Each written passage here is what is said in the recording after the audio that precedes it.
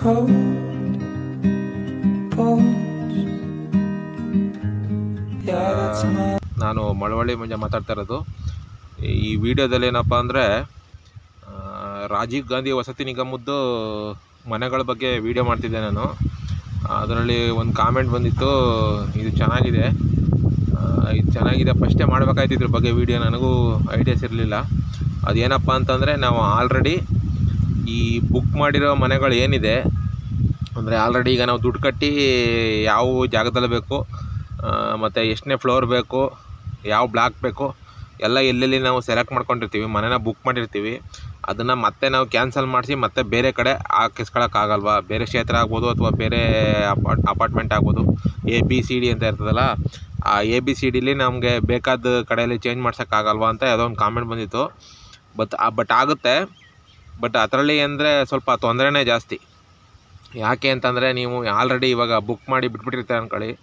ನೀವು ಬುಕ್ ಮಾಡಾದಮೇಲೆ ಎಷ್ಟು ಜನ ಅಪ್ಲಿಕೇಶನ್ ಹಾಕಿರ್ತಾರೆ ಅಂತ ನಿಮಗೆ ಗೊತ್ತು ಅಲ್ವಾ? ಅಪ್ಲಿಕೇಶನ್ ಹಾಕಿದ್ಮೇಲೆ ಮತ್ತೆ ಬೇರೆಯವ್ರಿಗೆ ಆಪ್ಷನ್ ಅದು ಓಪನ್ ಆಗೇ ಆಗುತ್ತೆ. ನಿಮ್ಮದು ಓಪನ್ ಆಗೋಲ್ಲ, ಬೇರೆದು ಓಪನ್ ಆಗೇ ಆಗುತ್ತೆ.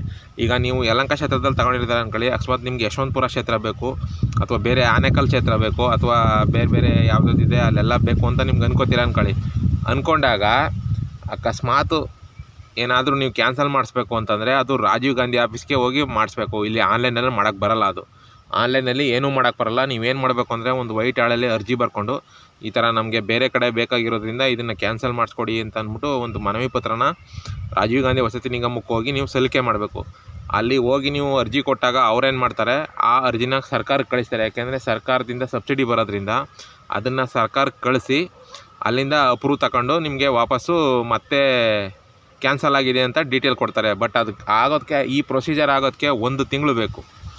1 ತಿಂಗಳು ಬೇಕಾಗಿರೋದ್ರಿಂದ ನೀವೇನಾದ್ರು ಅಕಸ್ಮಾತ್ ಕ್ಯಾನ್ಸಲ್ ಮಾಡಿಸಿ 1 ತಿಂಗಳು ಆಯಿತು ಅಂತ ಅಂದ್ಕೊಳ್ಳಿ. ಪುನಃ ಮತ್ತೆ ನೀವು ಬೇಕಾದ ಕಡೆಗೆ ಹೋಗಿ ನೀವೇನಾದ್ರು ಆಯ್ಕೆ ಮಾಡ್ಕೊಳಕ್ಕೆ ಹೋಯ್ತು ಅಂತಂದರೆ ಅಲ್ಲಿ ಯಾವುದು ನಿಮ್ಗೆ ಬೇಕಾದ್ದು ಸಿಕ್ಕಿಲ್ಲ ಅಂದರೆ ಮತ್ತೆ ನೀವು ವಾಪಸ್ಸು ಮತ್ತೆ ಇಲ್ಲಿಗೆ ಬಂದು ಮತ್ತೆ ಬೇಕು ಅಂತಂದರೆ ಮತ್ತೆ ಇಲ್ಲೂ ಸಿಗೋಲ್ಲ. ಅಷ್ಟೊತ್ತಿಗೆ ಆಗಲೇ ಬೇರೆಯವ್ರು ಯಾರು ಹಾಕಿರ್ತಾರೆ ಅವರು ಕೂಡ ಇಲ್ಲಿ ಬಂದು ಬುಕ್ ಮಾಡ್ಕೊಬಿಟ್ಟಿರ್ತಾರೆ. ಅದರಿಂದ ಹೇಳ್ತಾ ಇದ್ದೀನಿ. ಬಟ್ ಇದು ಸ್ವಲ್ಪ ರಿಸ್ಕೇ.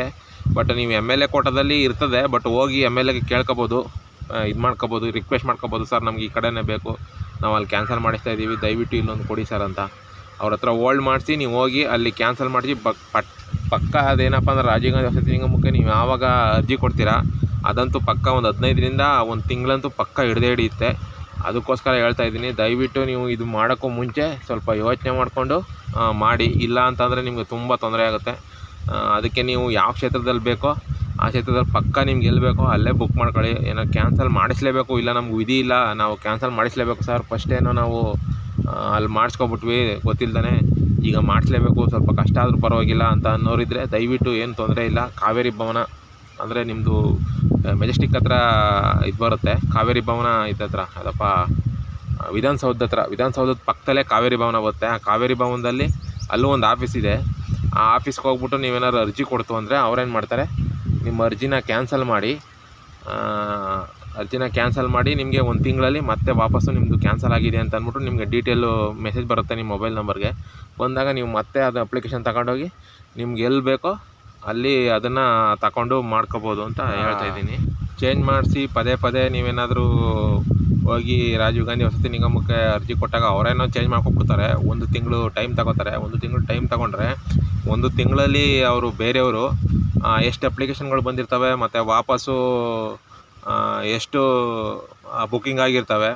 ಅಕಸ್ಮಾತ್ ನೀವೇನಾದ್ರು ಈಗ ಯಾವುದೋ ಒಂದು ಜಾಗದಲ್ಲಿ ಇದ್ದೀರಾ ಅಂದ್ಕೊಳ್ಳಿ, ಅನಿವಾರ್ಯವಾಗಿ ನೀವು ಕ್ಯಾನ್ಸಲ್ ಮಾಡಿಸ್ಲೇಬೇಕಾಗಿ ಬರ್ತದೆ.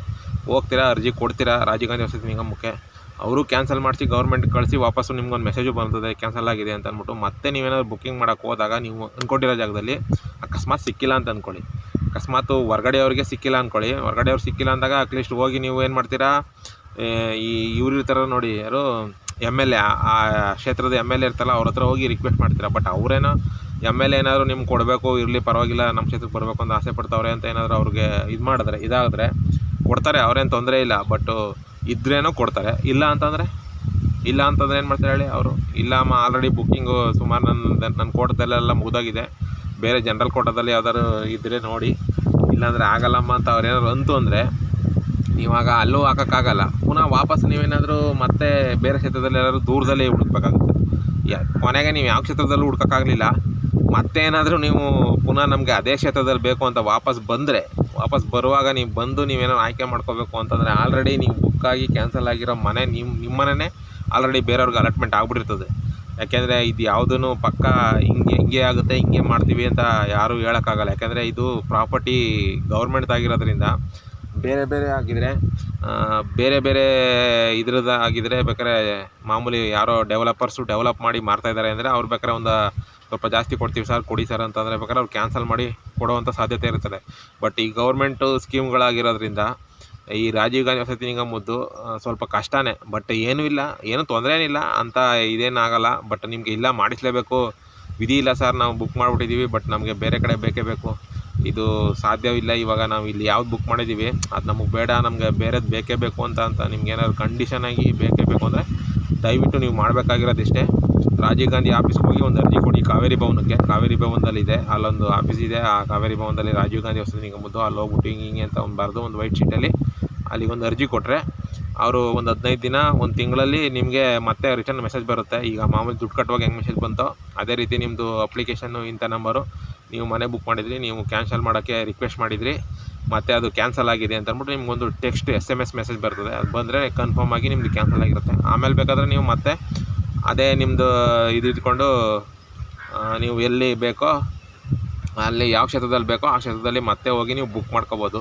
ಇಷ್ಟಿದೆ, ಬುಕ್ ಆಗಿರುವಂಥ ಮನೆನ ಕ್ಯಾನ್ಸಲ್ ಮಾಡಿಸಿ ಮತ್ತೆ ಹೊಸದಾಗಿ ಬೇರೆ ಕ್ಷೇತ್ರದಲ್ಲಿ ಬೇರೆ ಕಡೆ ಅಥವಾ ಇರೋ ಕ್ಷೇತ್ರದಲ್ಲೇ ಬೇರೆ ಜಾಗದಲ್ಲಿ ಅಥವಾ ಬೇರೆ ಬ್ಲಾಕಲ್ಲಿ ಎಲ್ಲಿ ಬೇಕೋ ಅಲ್ಲಿ ನೀವು ಬುಕ್ ಮಾಡ್ಕೊಳ್ಳೋಕ್ಕೆ ಚಾನ್ಸಸ್ ಇದೆ.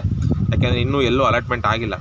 ಅಲಾಟ್ಮೆಂಟ್ ಆದಮೇಲೆ ಅಂದರೆ ನೀವು ಇದು ಕ್ಯಾನ್ಸಲ್ ಮಾಡ್ಸೋಕ್ಕೆ ಹೋಗ್ತೀನಿ ಅಂದರೆ ಅದು ಆಗಲ್ಲ, ಸಾಧ್ಯವಿಲ್ಲ ಅವಾಗ. ಈಗ ಇನ್ನೂ ಯಾರಿಗೂ ಅಲಾಟ್ಮೆಂಟ್ ಆಗಿಲ್ಲ, ಅಲಾಟ್ಮೆಂಟು ಆಗಿಲ್ಲ, ಯಾರಿಗೂ ಮನೆಗಳು ಕೊಟ್ಟೂ ಇಲ್ಲ, ಇನ್ನೂ ಕೆಲಸಗಳು ನಡೀತಾ ಇದೆ. ಅದರಿಂದ ಈ ಟೈಮಲ್ಲೇ ನೀವು ಹೋಗಿ ನಿಮ್ಗೇನಾದರೂ ಬುಕ್ ಮಾಡಿರೋದು ಸಮಾಧಾನ ಇಲ್ಲ ಅಂದರೆ ಬೇರೆ ಕಡೆ ನಾವು ಮಾಡ್ಕೋತೀವಿ ಅಂದರೆ ಬೇಕಾದ್ರೆ ರಾಜೀವ್ ಗಾಂಧಿ ನಿಗಮಕ್ಕೆ ಹೋಗಿ ನೀವು ಅದನ್ನು ಕ್ಯಾನ್ಸಲ್ ಮಾಡಿಸ್ಬೋದು. ಇಷ್ಟು ಹೇಳ್ತಾ ಈ ವಿಡಿಯೋ ಮುಗಿಸ್ತಾ ಇದ್ದೀನಿ ಫ್ರೆಂಡ್ಸ್.